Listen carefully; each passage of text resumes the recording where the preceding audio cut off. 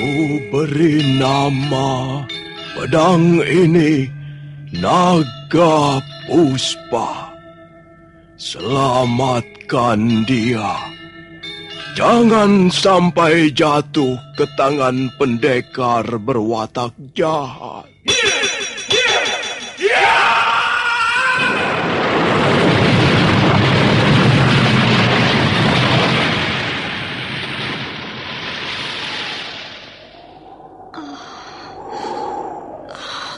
Kakang Kamandanu, kau masih juga tidak percaya bahwa aku mencintaimu. Mesin, maafkan aku, Mesin. Mesin. Mesin!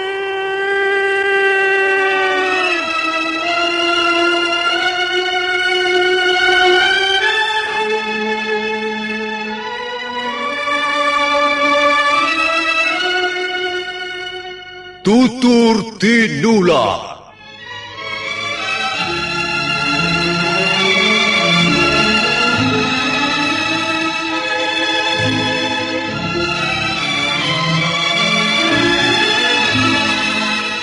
Sebuah sandiwara radio serial, produksi Sanggar Cerita dan Teater Sanggar Prativi.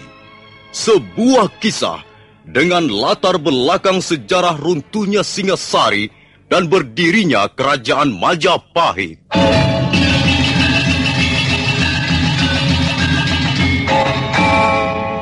Sandiwara ini didukung oleh pemain-pemain radio yang sudah ternama.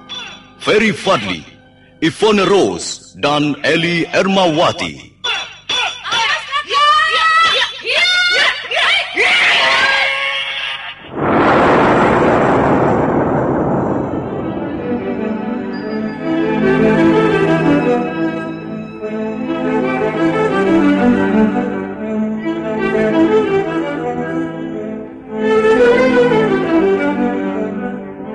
Cerita ini ditulis dan disusun oleh S. Tijab.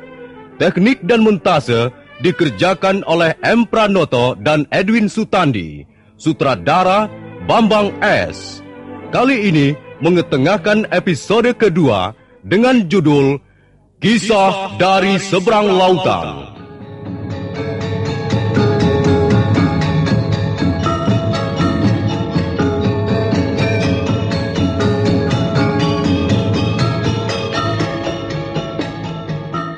Dalam seri yang ke-44 ini didukung oleh para pemain.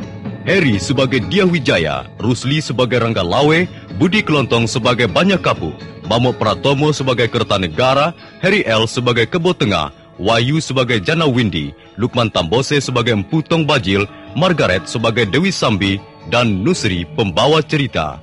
Selamat menikmati.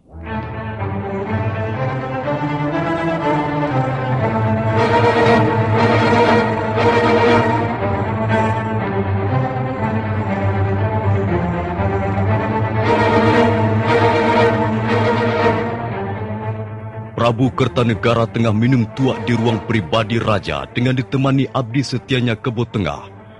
Mendadak terdengar halilintar menyambar membelah angkasa istana Singasari. Mangkok tuak di tangan sang Prabu terlepas dan pecah berantakan. Sang Prabu marah sekali dan bertanya siapa yang membunyikan halilintar. Kebo Tengah menjawab bahwa para dewalah yang membunyikan halilintar itu. Selanjutnya Kebo Tengah mengutarakan kecemasan hatinya bahwa mangkok yang pecah bisa menjadi pertanda buruk.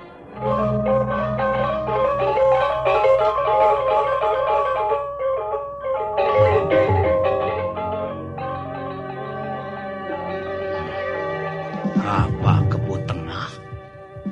Pertanda buruk? Benar, Gusti. Payung terbelah, mangkok pecah, atau lantai yang amblong. Itu bisa merupakan pertanda buruk, Gusti. Bohong. Dusta! Aku tidak percaya. Ampun, Gusti. Walaupun Gusti tidak percaya, hamba mohon agar Gusti berhati-hati. Tidak mungkin. Tidak mungkin Jayakatwang bisa mengalahkan aku. Tidak mungkin tentara gelang-gelang mampu menjamah alun-alun Singasari. Gusti Prabu tidak perlu khawatir. Para punggawa istana selalu siap siaga mengamankan benteng, Gusti. Tapi seandainya mereka berhasil membobol benteng dan menyerbu kemari, apa yang bisa kulakukan, Kebo Tengah? Gusti Prabu tidak usah cemas. Iya. Sebelum mereka menyerbu ke dalam istana, tentulah Panglima Lembu Sora dan Nambi sudah lebih dulu menghadang mereka, Gusti. Iya. Hatiku agak tenang. Iya. Lembu Sora dan Nambi pasti mampu menanggulangi musuh yang akan menyerbu kemari. Tapi sebenarnya aku telah melakukan kekeliruan besar. Iya. Seharusnya aku tidak mengirim prajurit terlalu banyak ke Mameling. Iya. Oh, Kebo Tengah! Iya, Gusti. Ada apa, Gusti Prabu? Entahlah. Mendadak hatiku diguncang ketakutan, Kebo Tengah. Seolah aku melihat langit di atas runtuh menimpa istana ini. Aku melihat darah mengalir di depan tahta Singasari. Aku melihat warna merah menghiasi lantai, dinding, dan menenggelamkan warna lain di istana ini, Kebo Tengah. Mungkin Gusti terlalu banyak minum. Bukan, Kebo Tengah. Ini bukan persoalan mabok. Aku tidak mabok. Ya, mungkin benar apa yang kau katakan sebagai pertanda buruk itu. Ya, istana ini barangkali sudah cukup tua. Semenjak Sri Rajasa mendirikan 70 tahun yang lalu. Ya, sudah banyak peristiwa terjadi di istana ini. Kebo Tengah! Iya, Gusti. Kau adalah abdiku yang paling setia. Kau juga seorang prajurit yang perkasa. Sekarang, aku bertanya padamu, apa yang akan kau lakukan seandainya ada bahaya mengancam diriku? Oh, Gusti Prabu. Gusti Prabu Kertanegara adalah junjungan hamba. Selama ini hamba ikut menikmati Gusti Amuktiwibawa di Istana Singasari ini. Karena itu, tidaklah pantas hamba mengkhianati kesetiaan hamba terhadap Gusti. Hamba akan menjaga keselamatan Gusti dengan taruhan nyawa hamba. Hamba tidak akan membiarkan seorang pun menyentuh Gusti dengan maksud-maksud yang tidak baik. Hamba akan membela Gusti sampai titik darah terakhir, Gusti. Terima kasih, Kebo Tengah. Terima kasih. Hatimu lebih mulia. Ya, pikiranmu lebih terang dibandingkan Jayakatwang.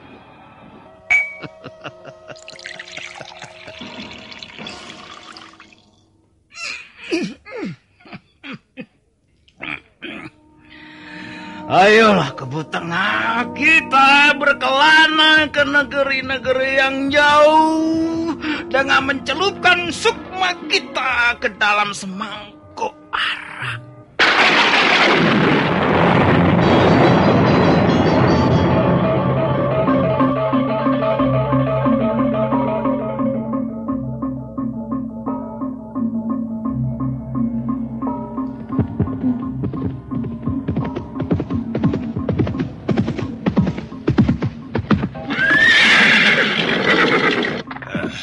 Sambi, kau tidak melihat Kakang Janawidi?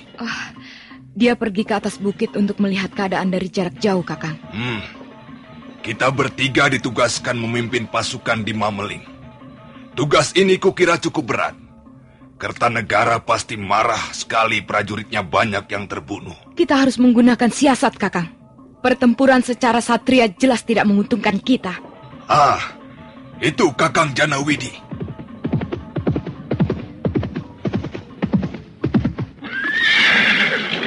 Adi Tong Bajil dan Sambi, cepat kerahkan pasukan. Bela tentara Singasari sudah mulai memasuki desa Lawor. Kakang Janawidi mempunyai rencana tertentu? Ya. Kerahkan pasukan naik ke atas puncak Bukit Gumpung. Semuanya. Tapi jangan sampai menimbulkan suara yang mencurigakan. Biarkan mereka meninggalkan perbatasan Lawor lebih dulu. Kita akan bertindak begitu mereka melewati pinggang bukit. Ayo cepat!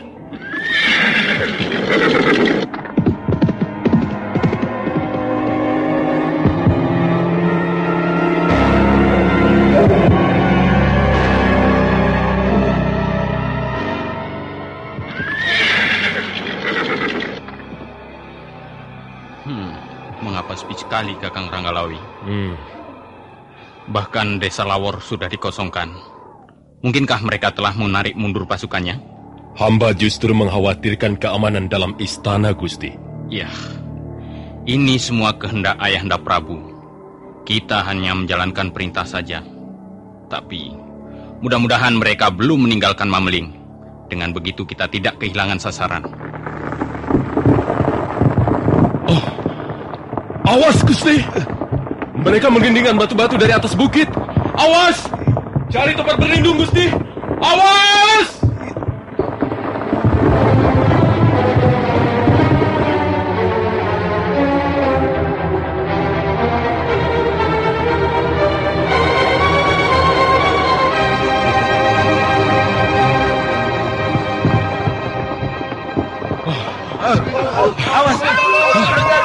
Celaka, Gusti.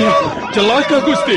Kalau kita biarkan banyak prajurit kita, banyak prajurit kita yang akan tewas, Gusti. Ya, mereka terus mengelingkan batu-batu, melemparkan tombak-tombak yang panjang. Maaf, Gusti. Hamba akan melihat keadaan di sekitar tempat ini. Hati-hati, Kakang. Ranggalawe lalu melompat dari balik gundukan batu besar. Sebuah tombak panjang melayang hampir mengenai lehernya. Untung dia cukup tangkas menghindar, hingga tombak itu lolos menuju ke jurang di bawahnya. Sementara itu, batu-batu besar terus menggelinding dari atas bukit dan menimbulkan banyak sekali korban. Sebagian mati tertimpa batu, sebagian tertancap tombak, dan yang paling besar jumlahnya adalah mereka yang jatuh terlempar ke dalam jurang. Dalam waktu yang tidak terlalu lama, jumlah korban sudah mencapai ratusan orang. Ranggalawe sangat geram melihat banyak prajuritnya menjadi korban siasat pasukan gelang-gelang.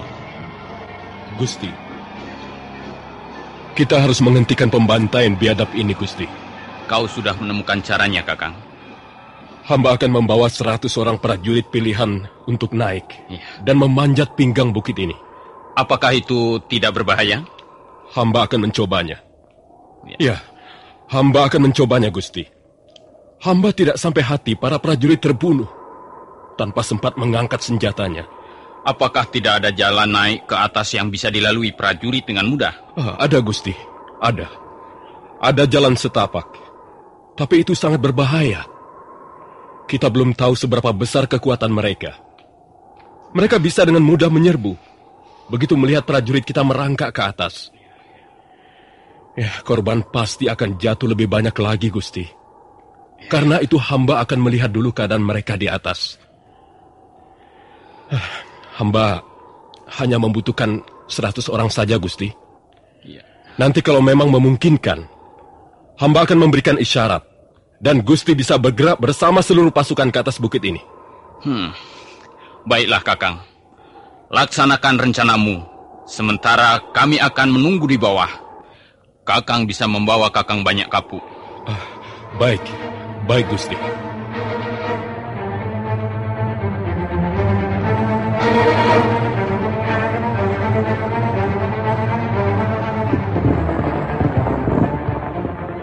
Ranggalawe dan banyak kapuk dengan diikuti 100 orang prajurit mulai merayap tebing. Batu-batu besar masih terus menggelinding dan meminta korban. Kadangkala 10 orang sekaligus tewas tertimpa batu atau terlempar masuk ke jurang yang dalam. Setelah sesaat lamanya merayap tebing, Ranggalawe dan banyak kapuk tiba di balik sebuah gundukan batu besar. Dari tempat itu, mereka bisa melihat dengan jelas prajurit gelang-gelang yang masih terus memberondongkan tombak atau mendorong batu-batu besar. Lihat, Kakang banyak kapuk. Ternyata jumlah mereka tidak begitu banyak. Ya, Adi Ranggalawe. Paling banter 500 orang. Kita harus segera menghentikan pembantaian ini. Kasihan prajurit-prajurit kita yang di bawah. Sudah cukup banyak jatuh korban. Ayo Kakang, kita serbu mereka. Mari Adi Ranggalawe. Adi menyerang dari sebelah sini, dan aku akan membokong mereka dari arah sana. Baik Kakang.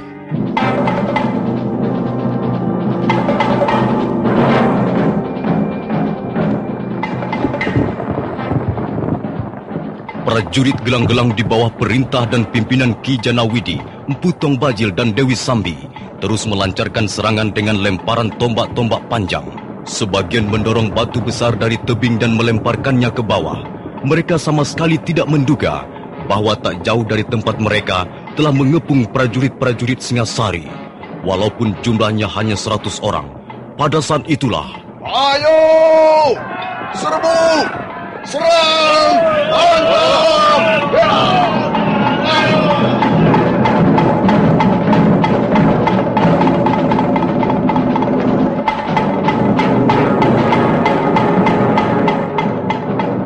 Maka pecahlah pertempuran sengit di atas puncak Bukit Gumpung. Ranggalawe dan banyak kapuk bertempur dengan gagah berani. Banyak prajurit gelang-gelang roboh di tangan dua pengawal perang andalan Singasari itu. Tapi prajurit Singasari pun banyak yang roboh tak berkutik jika mereka berani menyerang ke arah Empu Tong Bajil, Dewi Sambi ataupun Ki Janawidi. Bagaimana, Adi Ranggalawe? Jumlah mereka lebih banyak. Dan mereka cukup cerdik. Sebagian prajurit masih terus dikerahkan untuk menggelindingkan batu ke bawah. Iya. Itu siasat yang sangat cerdik. Mereka tidak memberi kesempatan prajurit kita yang di bawah untuk naik dan membantu kita. Ya, lalu sekarang bagaimana? Kalau kita teruskan pertempuran ini tanpa minta bantuan, akhirnya kita pasti akan kalah juga. Baiklah Kakang Banyak Kapuk. Kakang Banyak Kapuk memberikan isyarat ke bawah sana. Memang tidak ada pilihan lain. Lalu, Adi Ranggalawe? Aku akan menghadapi pimpinan mereka. Orang yang bersenjata tombak pendek itu.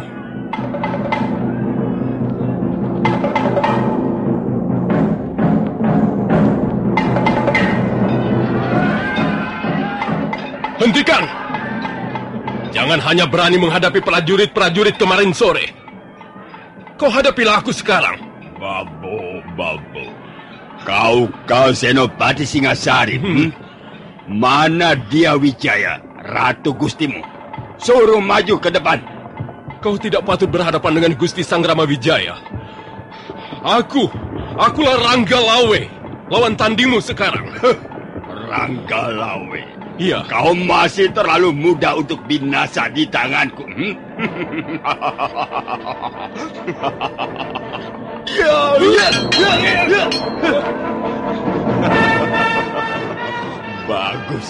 Bagus.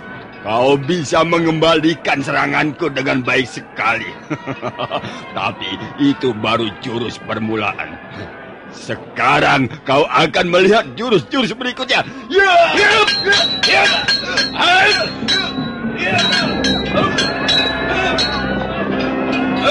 Kakang Bajil!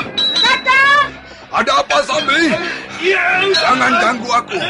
Lihat, sudah berapa orang ku buat roboh bermandikan darah dengan ujung tongkatku ini? Mereka seperti cacing-cacing. Prajurit Singasari, prajurit cacing. Mereka akan kuinjak-injak dan kujadikan dendeng. Dengar dulu, Kakang. Kakang Janawidi sedang terlibat pertempuran dengan Panglima Perang Singasari itu. Dengan Ranggalawe, Kakang. Biar saja mereka bertempur. Ranggalawe akan mampus jika berani melayani permainan tombak Kakang Janawidi. Tapi keadaan justru sebaliknya, Kakang. Sebaliknya bagaimana maksudmu? Kakang Janawidi nampaknya keteter. Dia terus terdesak dan serangan Ranggalawe menjadi semakin gencar dan berbahaya, Kakang. Ayo kita bantu dia, Kakang. Kalau tidak, Ranggalawe pasti akan membunuhnya. Tidak. Kita tidak usah membantunya. Biar saja Ranggalawe membunuhnya. Atau biar saja dua-duanya mampus, kita malah lebih beruntung, Sambi. Beruntung? Ya, baik Kakang Janawidi maupun Ranggalawe, tidak ada manfaatnya untuk kita. Biar saja mereka bertempur sampai dua-duanya mampus. Sudahlah, ayo kita menghadapi prajurit-prajurit cacing ini saja. Lebih menyenangkan dan bisa untuk hiburan. Ya,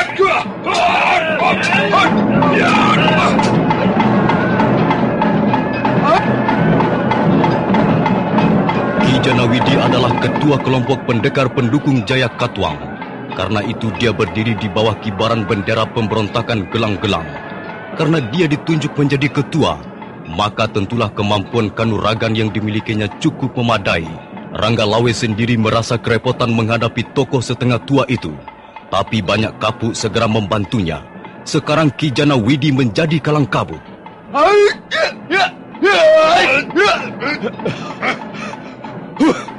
Prajurit Singasari nyatanya cuma berani main keroyok.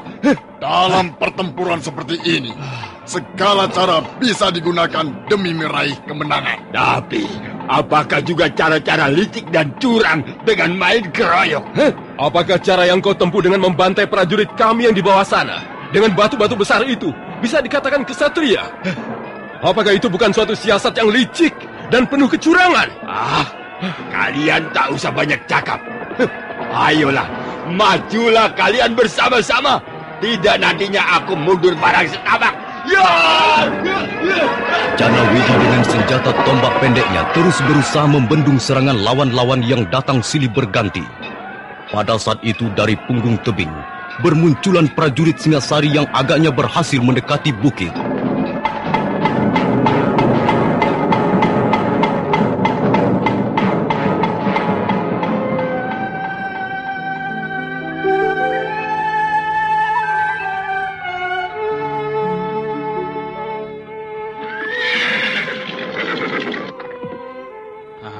Ternyata kita telah terjebak, Kakang Ranggalawe.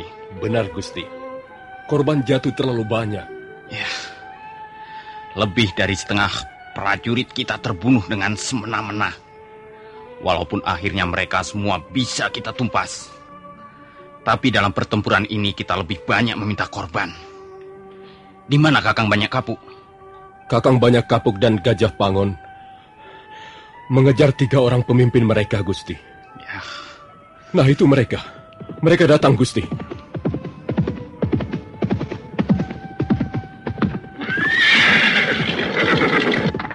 Oh, celaka, Gusti. Ada apa, Kakang Banyak Kapuk? Kau tidak berhasil menangkap 3 orang pemimpin tentara Gelang-Gelang itu? Mereka telah kabur jauh, Gusti. Sudahlah. Tak perlu kita mengejar mereka lagi. Tapi, Gusti, tentara Gelang-Gelang sudah tidak ada di sekitar tempat ini. Di Memeling juga tidak ada, Kakang. Tidak, Adi Ranggalawe. Memeling kosong. Tak seorang prajurit Gelang-Gelang tinggal. Apa yang Gusti Sang Ramawijaya khawatirkan terjadi? Jaya Katwang hanya memancing kita. Rupanya dia dan pasukannya mengambil jalan memutar. Celaka, Gusti. Sekarang ini pasti mereka telah tiba di kota Singasari. Kalau begitu kumpulkan sisa-sisa pasukan yang ada, Kakang. Iya, Gusti. Yang terluka berat tidak usah ikut serta. Sekarang juga kita harus segera kembali ke Singasari. Baik, Gusti.